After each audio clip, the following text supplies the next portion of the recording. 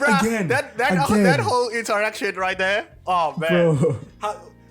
How's it going in the nigga torturing business? No, it's not. It's the person of color It's a person of color torturing business. And then one of them walks in and is like, I told her or something along called the nigga torturing. As a person of color is like, that my guy, that's not the issue, right? Semantics is what not you're the issue. calling it is not the issue. Yeah.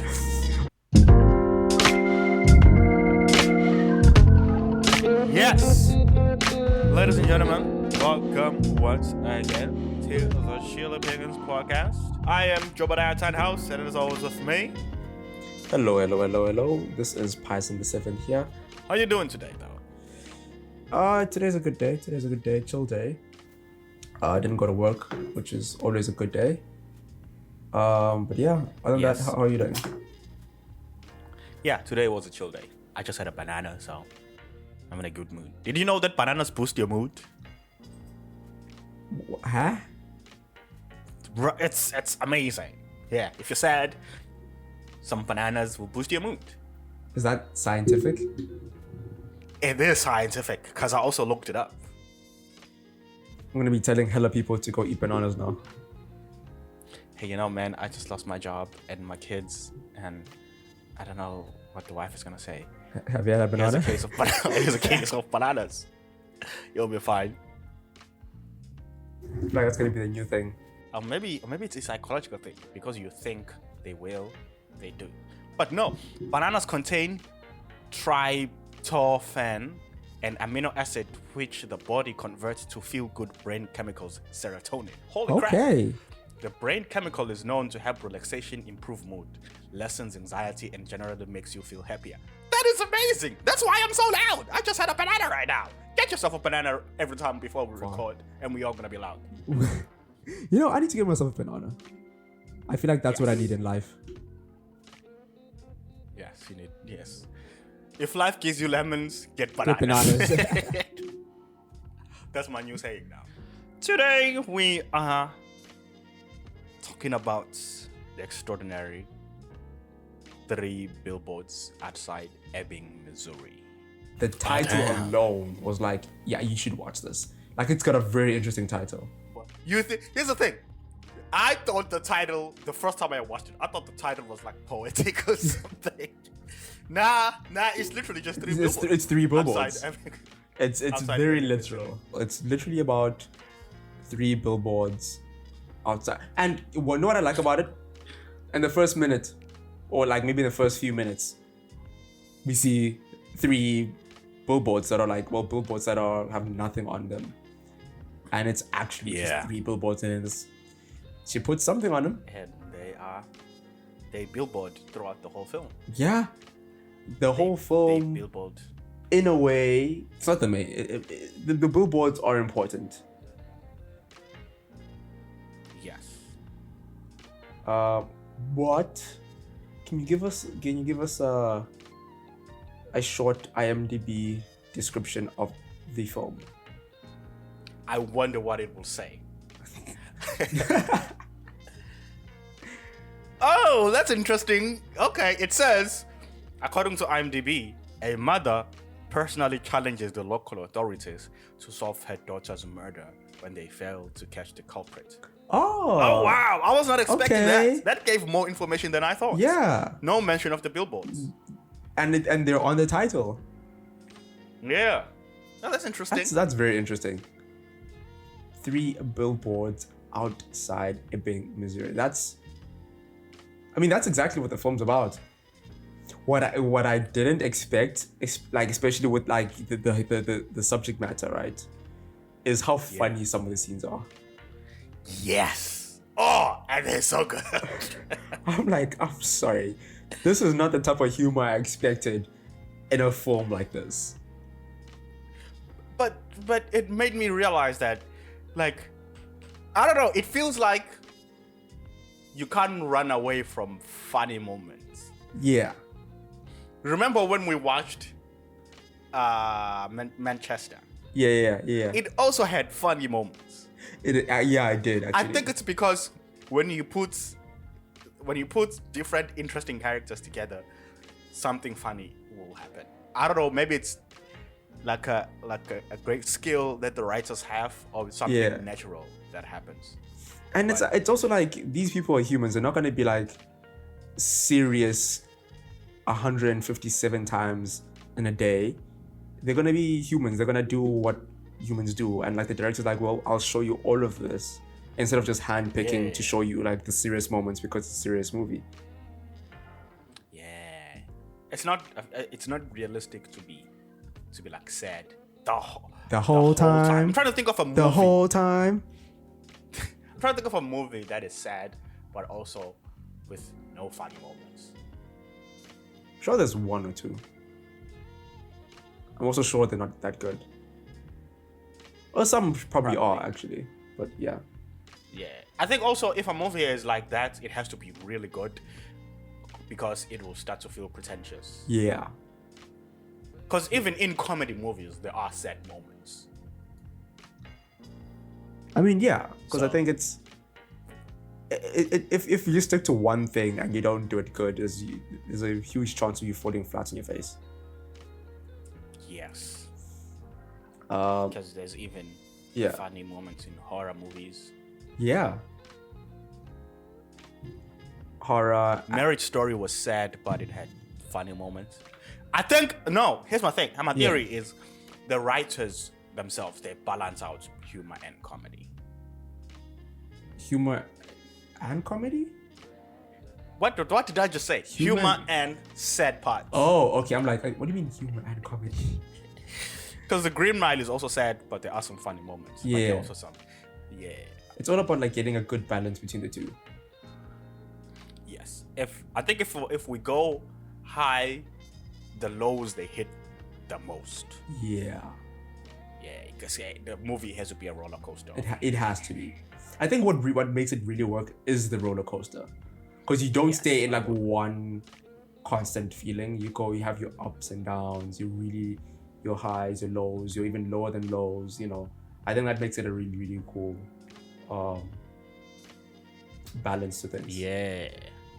Which reminds me, I think it's one of the reasons why some of the MCU movies were a bit because they tried to be funny all the time, even in moments where they had a chance to be serious. When it's like all of the jokes, like when you can't just stay in that serious moment, and then like they felt like they're forced to have jokes at every single second. Because some moments just need to be serious, and if it's a joke, you just keep it that way. You don't have to like always be funny. You don't have to always be funny. Yeah. No, because you become British, it's like, okay, now you're not real. Yeah. But to give you a more in-depth plot overview, Three Billboards, like we said, is about 3 billboards. But like IMDb says, it also follows a grieving mother who basically rents these 3 billboards to call out the local police force, basically saying, yo, why haven't you solved my daughter's murder yet? I think it's been almost a year. And nobody's like 9 months. Nobody's been arrested. And she's like mad about that. So she rents these billboards. And they basically it's like saying it's like a sentence, right? So the daughter was assaulted, both physically and sexually, and then killed. But this happened all in one. And the billboards basically say that, like, assaulted, and then the next billboard is like still no arrest, and the last billboard, I think it says why. It says how come Chief Wallaby? Yeah, how come Chief Wallaby? Basically calling out the head of the police department in that small town in Missouri. I think what makes this really work is that it sparks a conflict with not just the police, because she is calling out the police, but like everybody in the town pretty much loves this guy. Yeah. And it's a small town, so everyone knows everyone. Yeah, everybody knows everyone. So it's like, you're gonna call him out, which is why a lot of the like all of the police were like mad and against it, because they're calling out. First of all, it's their boss, but secondly, it's like everybody loves this guy. Yeah, she's just a sweetheart. Yeah, sweet old man. Sweet old dude. But also, Chief Wallaby is played by Woody Harrelson, and he kills this role. absolutely kills the role, bro. Because he gets some serious moments, but sometimes it's like he's just funny. He doesn't say any jokes, but the way he calls out people and like the things he says is just funny. That's the thing we were talking about. Like, if the writing is funny, the acting will deliver. Yes, 100%. So the film was, we gotta shout out the cast and the who made the movies. Yeah. I like this guy. The film was written and directed by McDonagh. Yeah. He made In Bruges. He made this. He made The Irish. What did I just say? I genuinely almost said The Irishman. I'm like, that's what? Racist because the movie is Irish. Oh wow. Look at you. But it's not The Irishman. I genuinely forgot what it was called. But he is a phenomenal writer and director. And he's written and directed by McDonagh. It stars Frances McDormand. Oof. Oof. The performance. Bro. Movie rested on our shoulders. Yes. We have Frances McDormand. We have Woody Harrelson, as said. We have Sam Rockwell. Bro. Who knocks it out of the park as well. Yeah. Yeah. Sam Rockwell knocked it out. Peter Dinklage. Shouts out to Pete. Shouts out to Pete. We have A.B. Cornish, who plays Woody's wife. Yeah. Did not see that coming. Lucas Hedges. Mm-hmm. Yes. And the Caleb Landry Jones, who I loved. Caleb, tell me he doesn't ace these weird characters. He does. I've never seen him in an interview. I don't know what he's like as a person, but every time I see him on screen, he's that guy. And he kills it all the time. It's not a typecast, but his personality is just... It just Here's works. The thing. Yes. Here's the thing that we don't give credit to. Mm-hmm. Casting agents. Yeah. Wait, did you mention Lucas? Yeah, you did. Yeah. No, like the casting agent did a very good job with like assembling this cast. Because it's like everybody's energy sort of like worked together. They're so different, but they work. Yeah. It's a phenomenal thing. I love Caleb, bruh. Like those guys. In Get Out, he was creepy as hell. Yeah. I low-key want to see him in interviews just to know what his person like what he's like. Yeah. Yes. Funny enough, I read that Frances wrote not Frances, but like her role was written for her. Yeah.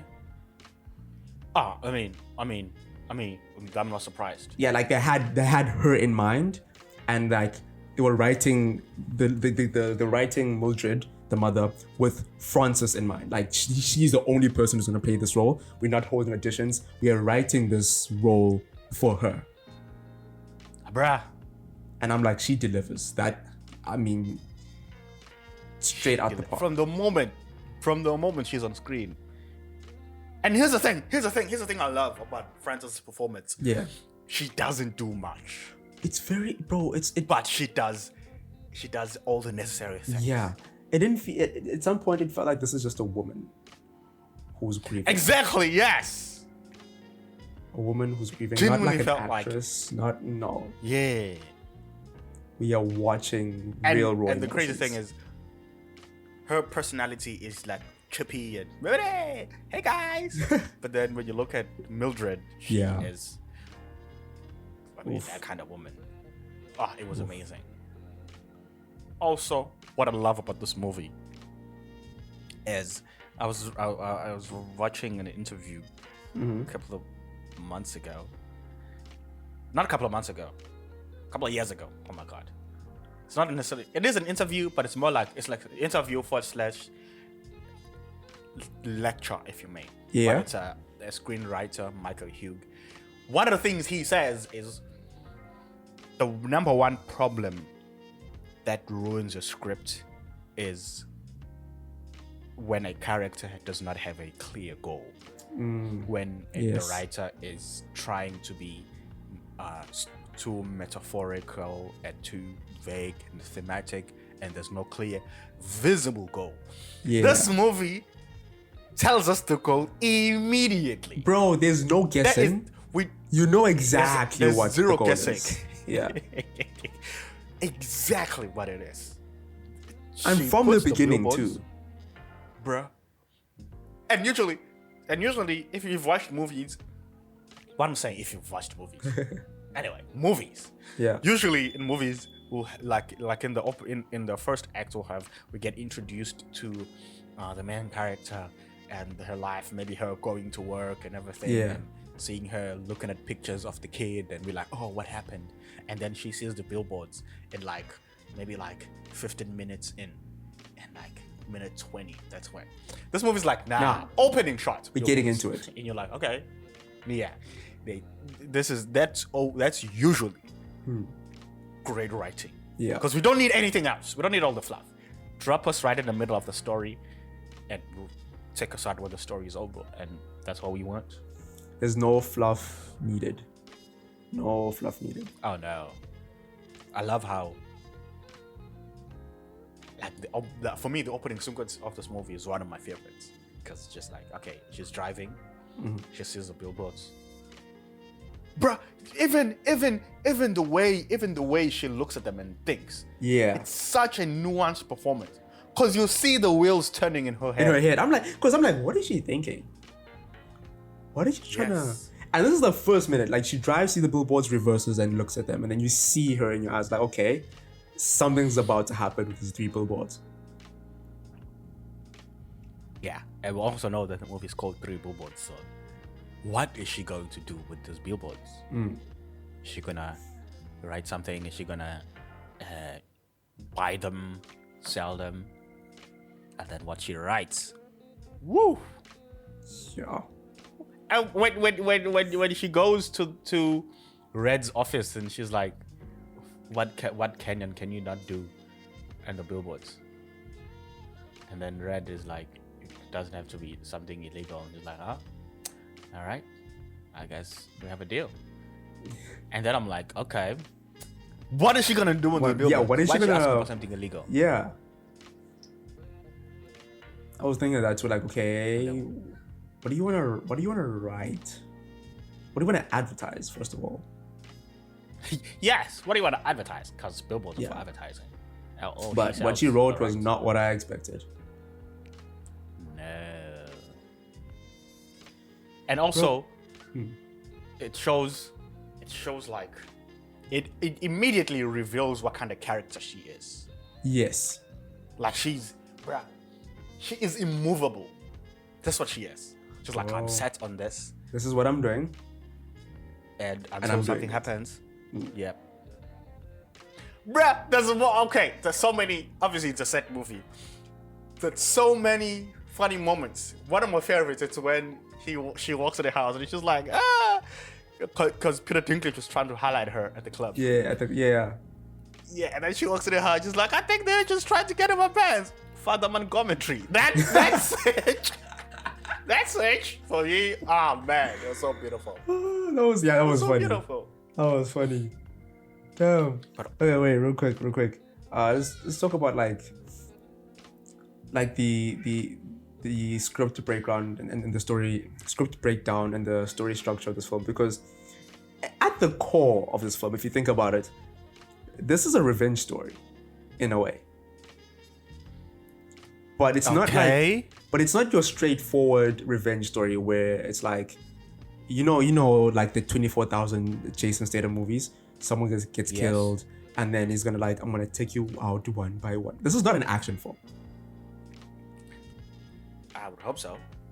But it's like it has that same thing where something happens to a person the character really loves and cares about, and then the character goes through a series of events where they are trying to get something done in how do I put this? it's not a fantastical revenge story where it's like this guy's now a trained kid and it's gonna go one by one attacking people. This is just a regular human in a regular town, and they're doing whatever they can that's within their means to do. So first of all, they don't know who did this. So first of all, putting attention on the police, because it's their job to find this person. So she's antagonizing and like calling attention to the case, like, yo, do something about this. And she's stopping at nothing until something is done about that. So it's not like the typical thing, but it explores the anger, the grief, and it explores like this unpredictable human nature thing. And so that's why in my head, I'm like, in a way, it resembles a revenge film in a way that's not like straightforward or typical, but like in a more grounded, more human way. Oh yeah, like she's not exerting like violence, but she's making a statement. Yes. Yeah, she's like, something happened. Essentially to her, because it's her daughter. Yes. But obviously, as you're saying, to the person she loves, but to her, and then she's gonna make a statement until she feels like her pain has been, or her suffering. Yeah, because at the end of the day, she's also seeking justice. Yeah. She's seeking justice, and she's trying to do it the legal way. Technically, putting up the billboards is the most legal thing that you can do. The most legal thing. Yeah. But I mean, this, like, I like how the setup is. I mean, the story structure is very. I don't know. I don't want to say it's very straightforward in a way, because I mean, Act 1, the setup. She buys the billboards, says what she says in the billboards, and immediately clashes with the police and everybody in town. But like, she's riled everybody up, you know. And then in Act 2, we get like the escalation where now it's like the town's reaction is like getting worse. Then there's like other characters that are getting involved. Remember the dentist? Fat dentist. Yeah. Lady with the weird eye. And lady with the weird eye. Nah. Bro. At first I thought he said fat dentist. That's what I thought as well. Don't say dentist. They say dentist. But bro, what happens in Act 2, I think more towards the end of Act 1 and then beginning of Act 2, when we find out that the police chief has cancer. Yeah. That has to be one of the funniest moments, unintentional funny moments ever in the film. Because... Oh, when she says, I know. Yeah.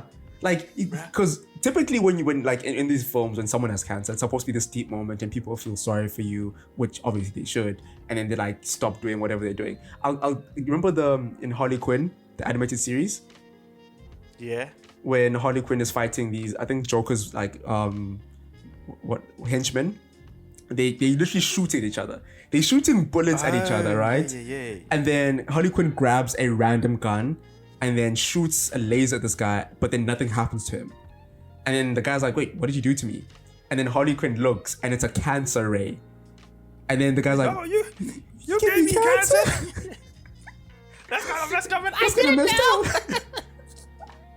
And it's like, screw this, man. I'm going to my kids. I'm going to my kids. Bro, like seconds ago, they were shooting with each other with like guns and bullets, things that could kill you. But as soon as Harley Quinn gave the guy cancer, then they were like, nah, that's too much, Harley. That's too much. And the crazy thing is, if that wasn't a cancer ray, it probably would have killed the guy. Yeah.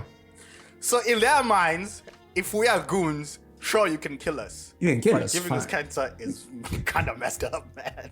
Like, yeah, that's messed up. What are we, evil now? Cancer? Like, really, Harley Quinn? I expected better from you, bro. But like, that's the whole conversation around cancer in that way, where it's like, if the character has cancer, you show them that extra bit of like tenderness and care because they're dealing with something that's like life-threatening. So Woody Harrelson, Chief Willoughby, tells her this, and I think in a way he's expecting her to have like an emotional response and put down the billboards, but then she's just like straight-faced, like, yeah, and everybody knows you've got cancer. whole town.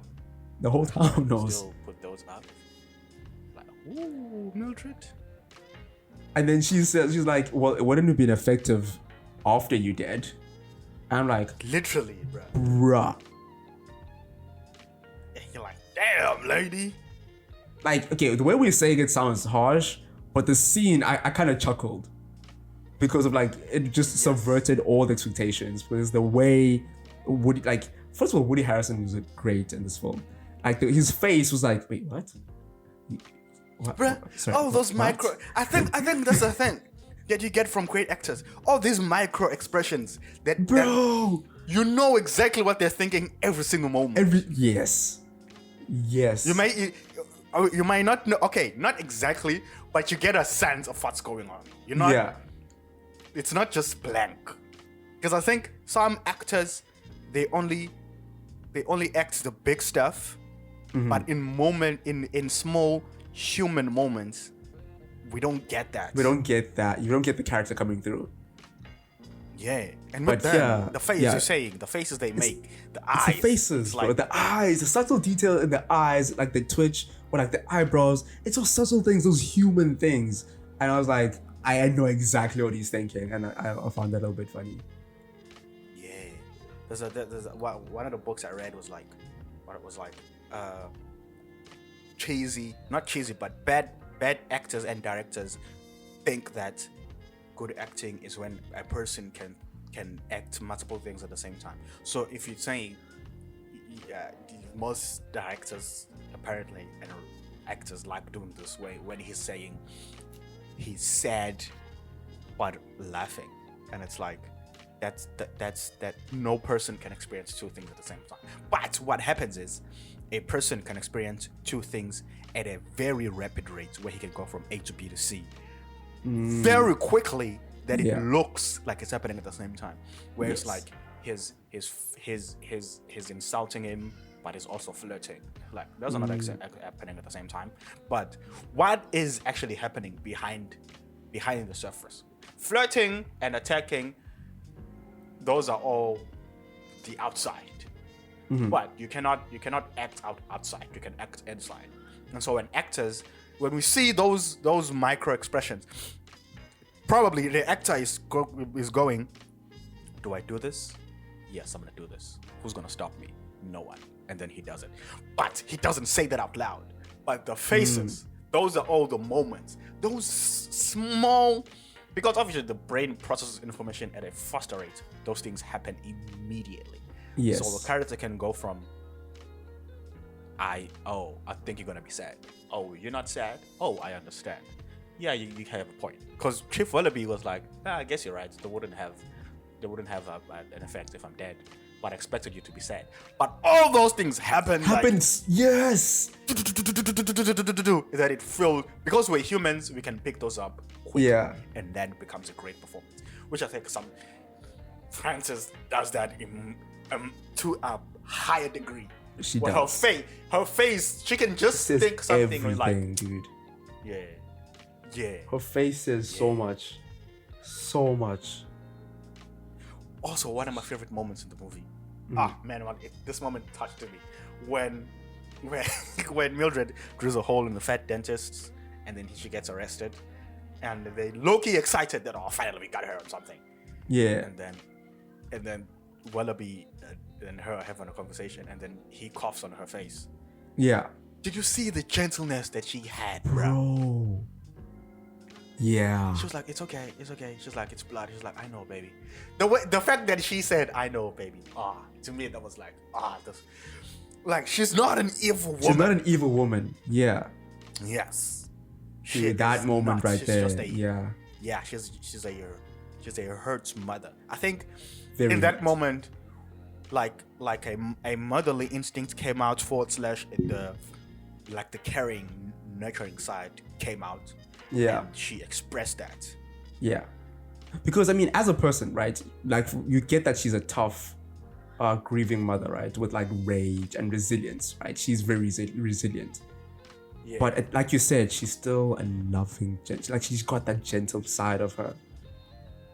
And that's one thing I like, because she's not like a one-dimensional character. She's not just like, kill, or like drive. This is all I want. When those moments happen, because think about it. At the end of the day, she does not hate the chief. Yeah, she doesn't. The chief represents the police. The police. That's all it is. Yeah. It's never like a personal attack against him as a person. Yes. She's just trying to get like her message out because, hey, the police as a whole are not having like arrested somebody for her daughter's murder.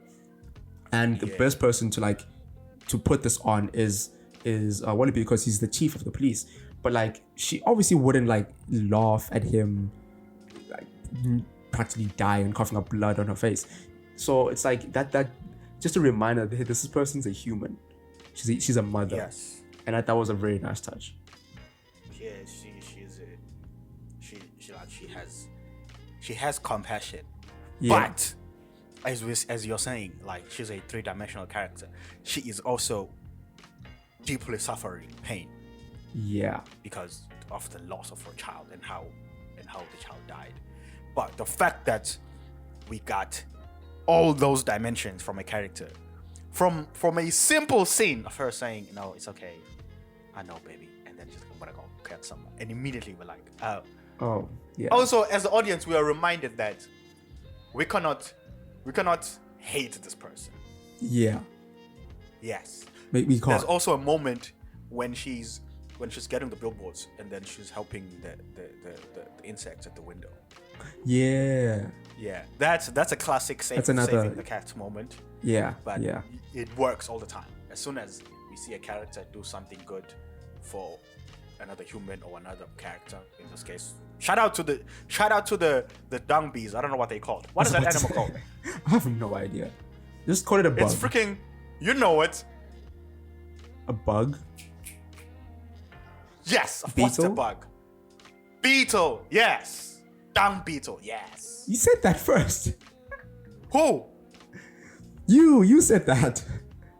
God damn, I have to be more confident in my guesses. Shout out to all the dung beetles out there. Hope he was compensated. Satisfactory. Yes. Because when she said that, we're like, oh yeah. In the back of our minds, we know that she's not a terrible person. So when that happened with the chief, and then we get that, we're like, oh, she doesn't. Because you got to think about it. It's a small town. As we said, people know everybody. So she and Wallaby probably go way back. Yeah. And at some point, there was static when the incident of her daughter happened. Yeah. But you can see that these two people have a relationship. Yeah. They know each other. It's not it's not like a big town where it's like, no, screw the police. Yeah. No. The fact that they know each other like by name type of thing. Yes. But I think I'm just gonna briefly like on like the third act. We don't have to talk about it now, but this film does not wrap things up in a way that I thought it would. Yeah. And it just does not. It almost... You know what it was? It was a redemption arc for Sam Rockwell's character. That I did not see it coming, actually. Yeah, that's what it was. And it was a good arc. Because obviously... It was a very good arc. He had an incident with harassing black folks, the nigga torturing. Bro, that was so funny. Bruh, again, that whole interaction right there. Oh man, bro. How's it going in the nigga torturing business? No, it's not. It's the person of color. It's a person of color torturing business. And then one of them walks in and is like, I told her, so no longer calling the nigga torturing. As a person of color is like, that my guy. That's not the issue, right? Semantics is what not you're the issue. calling it is not the issue. Yes. Bro, you know what it's like? It's like one of those things where it's so racist that it's like, well, we'll remove the word, but we'll still keep the action. Yes. It's like we get that we can't use the word nigger anymore, but we'll still do the action of like just torture. so you know. Just so we know we don't use torturing that. business is going well. However, be respectful and call them persons of color. They're persons of color. It's persons of color torturing business. Yes. I'm like, what the hell? Bruh. And also, what? yeah, because in the third act we were talking, it's a very different. I think if they caught the guy and yeah, woohoo, yee, it would have been not necessarily too easy, but it would have. I think too easy is right though. Yeah, too easy is right, but I'm trying to find a way. You know when you are trying to do something, yeah, and it's not as hard as you thought, right? And Yeah. sometimes you're like, oh, I'm glad that wasn't as hard as I thought. But sometimes it's disappointing how easy it is. Yes, it would have been disappointing. You know, it For actually, the I audience, was when it sort of felt like it was going to be resolved, because even like, I think it was the chief or someone mentioned it before, like this person might like end up bragging in a bomb, blah blah blah. Like the chief mentions that, and then when I saw that what he had mentioned was happening, part of me was like, wait, is this how it's going to end? And I was already low-key getting disappointed about something that hadn't even happened yet. So I'm glad that they didn't go, because it felt like a cop-out. Like here's a nice way to just wrap the story up, and it's just a cop-out. Like, yeah, okay, cool. Give them what they want and then we'll move on. But the fact that they didn't, I think it just made it all the more powerful.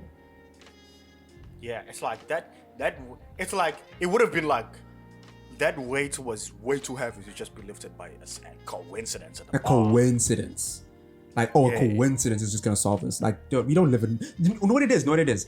Because of how grounded and real this film felt, that just seemed like, oh, here. By the way, here he is. Like, you fought so hard to get this, like, something that people are looking for, like, and actually paying attention to, and now we're just gonna wrap it up like it's nothing, a pure coincidence. Nah, bro. Nah, I'm not down with that. But I love how that phone call they had at the end. Yeah. Where you could see that, man, so many things were happening. That's another thing about a great performances. These actors, they do so much, but with saying very little. So when they had a phone call, obviously the end part is, she says, "What are you saying to me?" The first time. Yeah. And then Sam Rockwell says something about, where does she live? Iowa? Where does the guy live? I think it's Iowa. Nearby town. You're saying Iowa, and I'm like, I'm gonna agree with you, but I'm not actually quite sure. Hi. It's something with an S, I think. And then she's like, what are you saying to me? But the second, what are you saying to me? We know exactly what he's saying. You know exactly what that means. Yeah. But what I want to talk about is the other side, Sam Rockwell, where he goes, this guy may have not been the guy, but he did something. Yeah. And then he tilts his head and we see one tear going down. Bro. And that performance to me was like, bro, he's like, I can't stand by when I know someone did something this horrible. But also, he wants to prove himself that I am not, because he has this persons of color torturing incident that is haunting him, and he's like, I have to do something good, and he will do whatever it takes to do something good. To me, that's the conversation that he was having with himself. Bro, I feel like we need to like talk about this man's redemption arc. It's a phenomenal arc, bro, because like he starts off, like we mentioned, being like this bigot, violent cop. Just he looks like he a little, he a little slow. Let me say that, to put it nicely. Yes. Because even his mother says, you spent 5 years at the academy. Well, 6 if you don't count when they held you back. I'm like, wait, what? What? They held you back at the police academy? Okay, cool. Nothing wrong against comic books, but if you're reading comic books as a cop at your job, we will have some side eyes. But at work. This man. And he's so quick to act, not quick to like think. He's just like not in some words not necessarily a smart police officer. I'll just put it that way. He's not the sharpest knife in the knife drawer. Not yeah. He's a butter knife. Yes. Of the police department. Very hot-headed. Lives with his mother. Nothing wrong with that, but like it's one of those things where he's quite. He doesn't seem to have confidence in his own thoughts. So sometimes like his mother will suggest something, and that's what he does. He's almost childlike in his behaviors. Yes, very childlike in his behaviors. And there's like the one like when they're trying everything to get the billboards taken down, and then the mother at some point suggests, well, if you can't get to her, then maybe go through her friends, attack her friends, and maybe that will get her to put the billboards on, which is obviously wrong. As a police officer, you should be doing this. So yeah, he just arrests one of like Mildred's friends, who happens to be black, on charges of like I think weed or something. Because she had a big blunt. You're arresting somebody because the blunt was too big? Man, get the hell out. And then telling the judge not to have bail. Bruh. He's not, and after being in the persons of color torturing business, he's not helping his case. He's not. Like, he's not. And then something tragic happens where, bro, I don't even know that scene.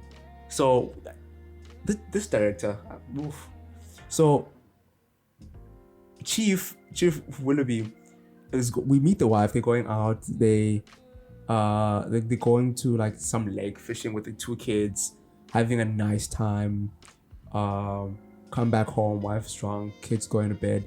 Everything is good, right? Everything is good.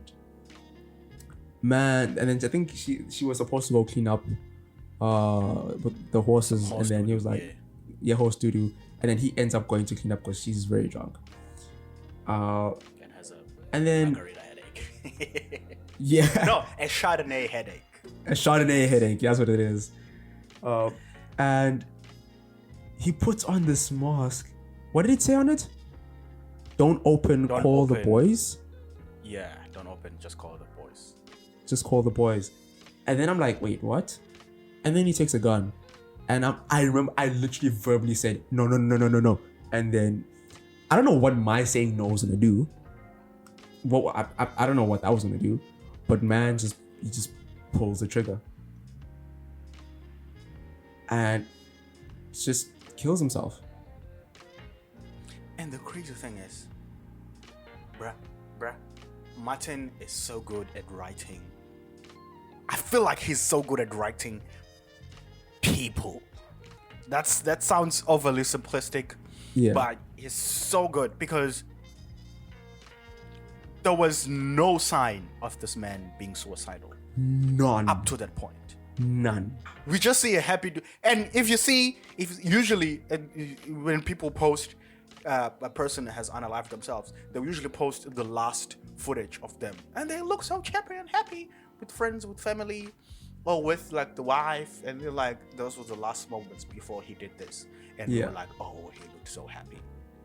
But even before that, just the way Willoughby interacts with his kids and his wives, it feels so human. Dude. Like, it's props to the writing and the acting, but everything comes together because it just feels like, okay, this is a father, this is a husband, this is a chief, and this is a person. Yeah, and I mean, suicide happens. Yeah, and just to add on your point, with this case, he unalived himself because of an issue. Like, he wasn't going through like deep depression that you could like see over like a certain amount of years. This was like unaliving of like a different matter, not like something that, because if someone has got like deep depression, you could typically like you see that in one way or another. So just like you have the telltale signs. Yeah. And he even says that this is not me being a coward, it's just being brave, because it's like I don't want you to like bro. And what's like the thing is about that scene is that obviously the wife was hurt with all of the things, but because of how like this man was a figure in this whole town, and it's just a small town, everyone was hurt. Bruh. Everyone. And when the police found out,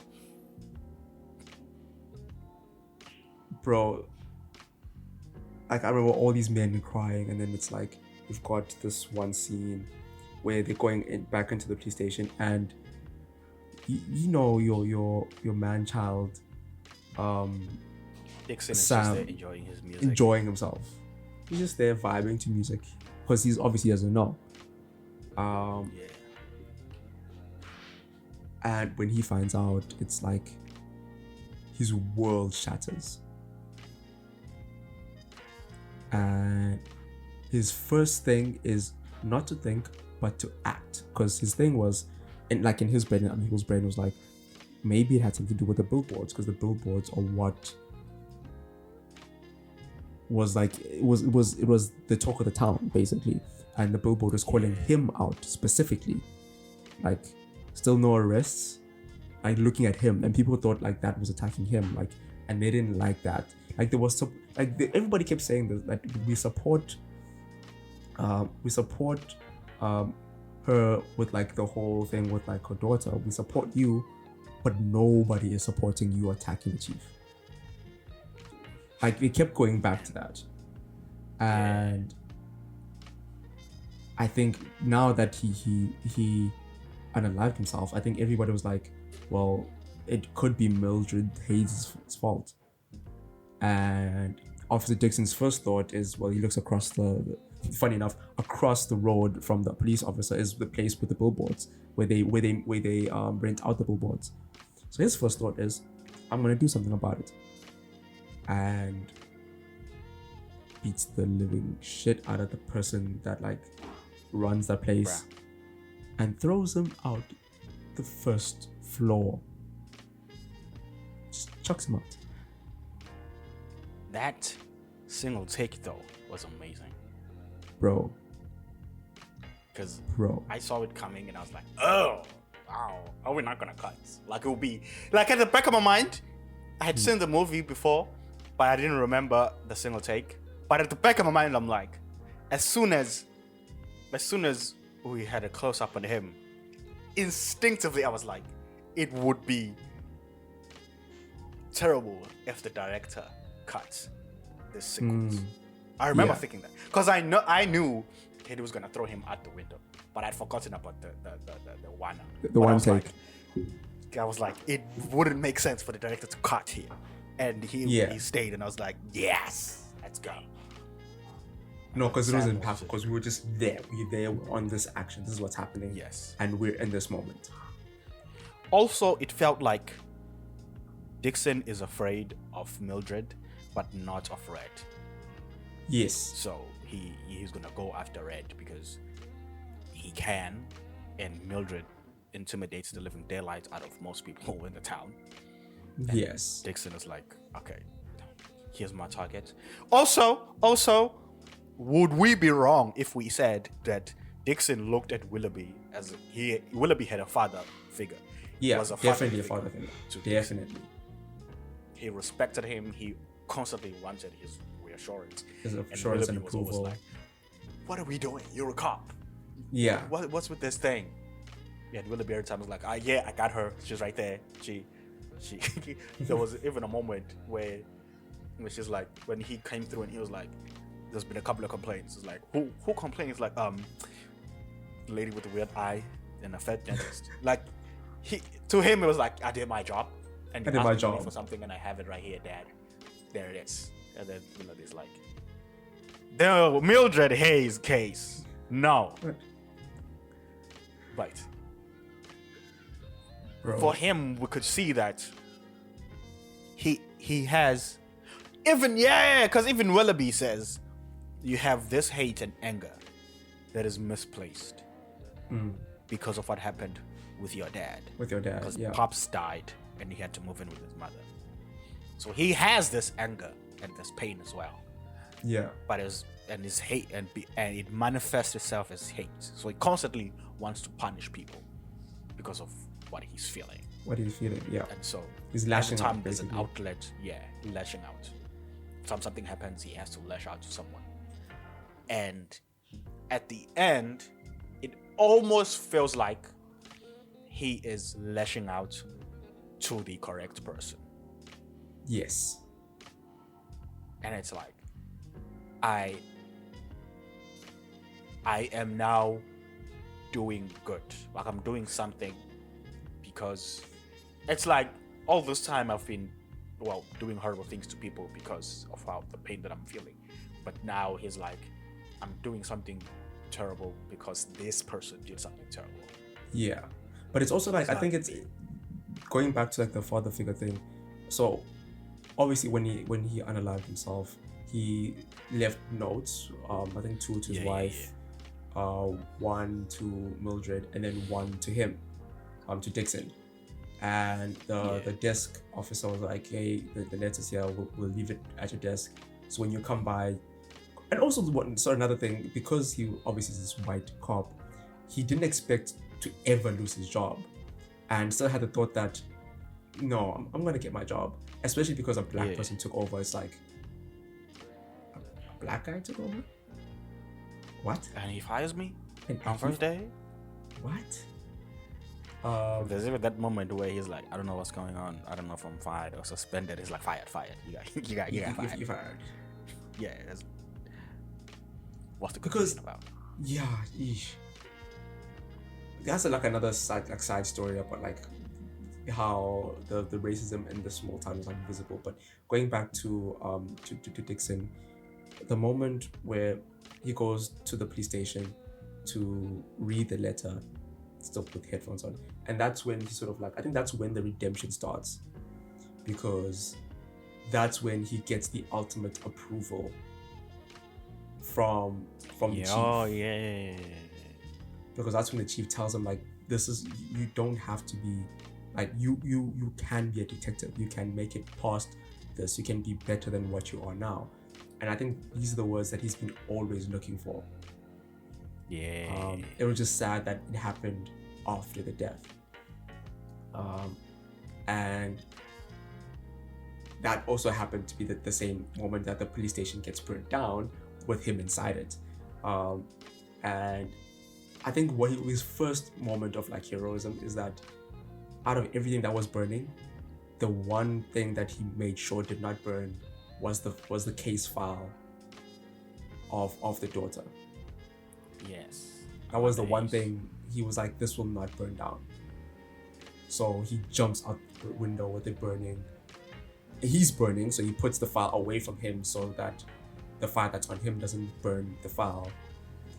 And I think that was like a very, very heroic thing that he did. Yes, and he was starting he had the spirit of doing good, but he was overshadowed by the hate that he has. Yes, so I think, yeah, like I mentioned, the note was probably like one of the most important, like the catalyst for the redemption. And obviously he's burned, so they take him to like the ER, and the one person he shares a room with is the same guy he threw out the window. And I think another point was, this dude, he's now seeing things differently. He's apologizing, and when the guy still showed some compassion and gave him that orange juice, I think that was like another sign for him, like another thing that like further pushed him to like want to do good. Yeah, it's like people have good hearts and they do good Yes. to people, even though those people have hurt them. That's what he saw. Yeah. Because he was expecting to be treated like terribly by the guy. Because he did something horrible. That's what he was expecting. Because I mean, if you think about it, at the end of the day, the guy, he runs a business. He didn't put the billboard. Like, obviously, it's his billboard and company, but like, I think he realized that he was venting towards him because, like you said, that he's not scared of him, so was lashing out at him, but he was not the problem. He was not the problem. Yeah. So there was no reason for him to like hate him or like lash out at him, but like because he did that, he was like, that was unnecessary. This guy has to hate me. He has to like, I'm sorry for what I did, but like this, yeah. And when the guy showed compassion, I think that was another very strong thing. Yeah. It was like, not necessarily a wake-up call, but it gave him, it's not that quick to heal, but it started his healing process. Yes it did.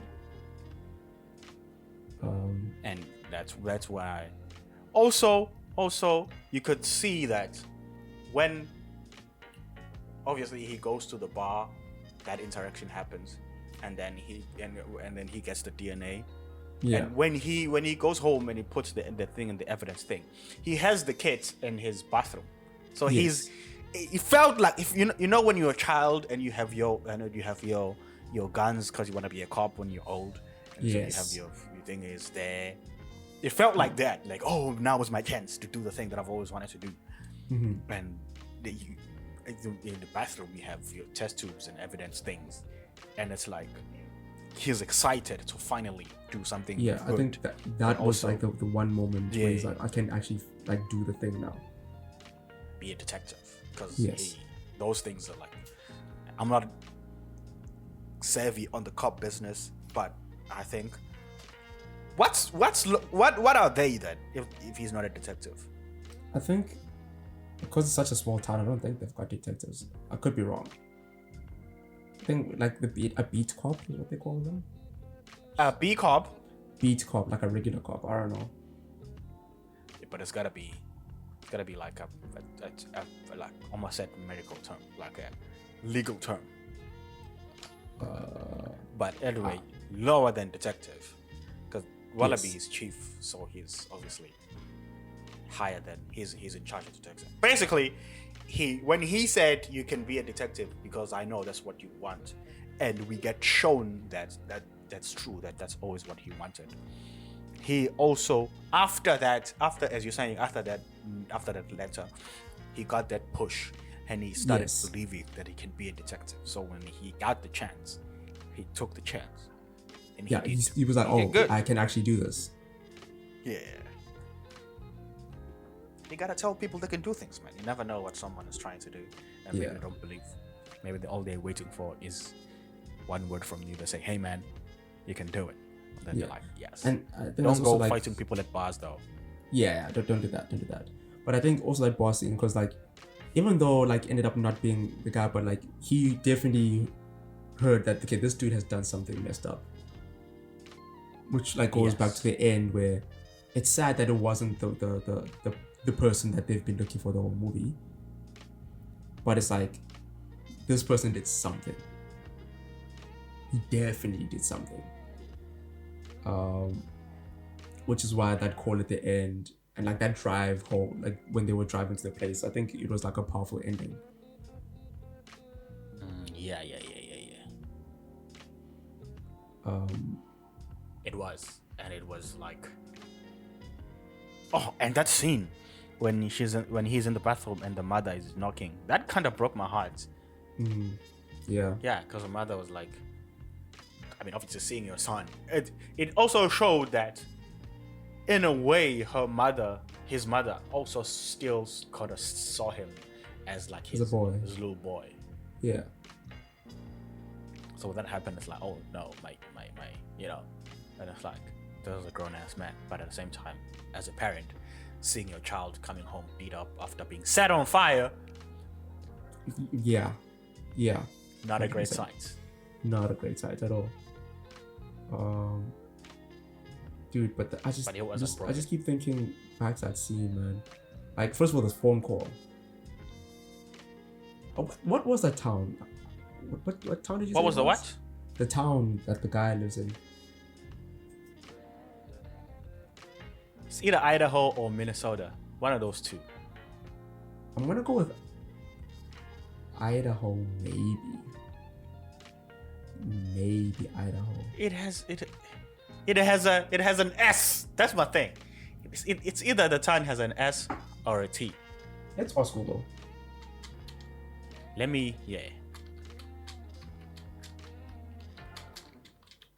I feel like this is it. This is it. It is Idaho. You're right. Oh, it is Idaho. Yeah. But like when they were like when Dixon says, but I know where he lives. He lives in Idaho, and then she's like, "Oh, that's funny. I was planning on driving to Idaho in the morning." Want some company? I think when they had that interaction, we kind of knew what that meant. Yes. And the next morning, they're packing. He's got his gun, and they just get in and they just start driving. It's also before we move from the scene, I think it's also great to highlight the fact that it's not just about the scene, but because it's these two characters. Yes. We know what they're thinking in that scene without saying it. Without saying anything. Yeah. If this scene was happening between, let's say, the son and someone else, we would have been like, what do you mean you're driving up to Idaho? What's going to happen? But because we know their emotional background, we know their temperaments, we know what they want out of life. Yes. When they're talking about, oh, funny, I was driving up, want some company. We know what they're thinking because we know the characters. Yes. And it's wonderful acting and writing because it wasn't cheesy like, we gotta put an end to this. I was thinking of going up and shooting up this place now. People speaking subtext. Was very good subtext too. Yes. Very, very good subtext. Bro, this movie had a lot. But I liked it. One of the things about writing dialogue is there is blew my mind. There are three elements to like how a person speaks. It's the sad part, not sad, but SAID, what a person says. Sad part, the unsaid part, the thing that someone did not say, and then the unsayable, the things that a person cannot say. Cannot say, yeah. So in this moment, we know what they're saying, but we also know what they're not saying. Yes. We know exactly what they're not saying when they say, he may have not raped your daughter, but still a rapist. We know what the implications of that is based on what they're saying. But we also know what the unsayable is. With Mildred, when she bows down and cries, she's like, oh man, my daughter's killers are still out there. They haven't been found. I did not get resolution. I did not get satisfaction. We know what Dixon, what his unsayable part is, where he's like, as we were saying, I want to do good. I want to punish. I want to prove myself. Yeah. And when you realize that all these moments exist in like the major scenes or the major emotional moments of the movie. Freaking Martin, man. Dude, I think it's also like one of the themes in this film, like you're looking at justice versus redemption. Yes.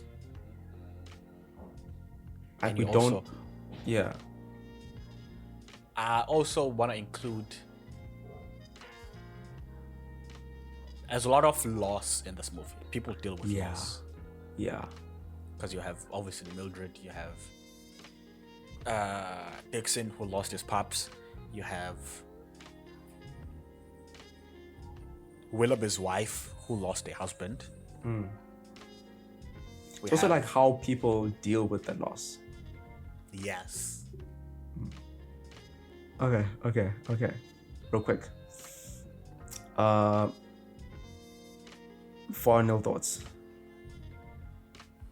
I love this movie, man. I love this movie. Fun fact, I actually wrote a report on this film when I was doing a writing course. I still gotta find it. Hopefully I still do. But yeah, I did. And it was nice. It was with three things, 3 movies that we had to watch. And I don't know if they gave us the movie. Yeah, they gave us the movies to pick from, and I picked this one. And I watched it, and I was like, oh, it's one of my favorite movies. Oh shit, nice. You should find that report. I will search for it. Either I'll search my emails or my drives. Yeah. Final thoughts? From my side, the film's humor does not take away from the drama. I think it actually enhances the emotional impact of it because it just makes it more relatable, makes it more human, and it makes it feel more natural. And that's one of the things I love about this film. Yes. Yeah, that's... If you've made it this far and you haven't watched the movie, I don't know how you're gonna enjoy the video, but... Something's wrong with you. Yes. But other than that... That's it from my side. Yes, that's it from...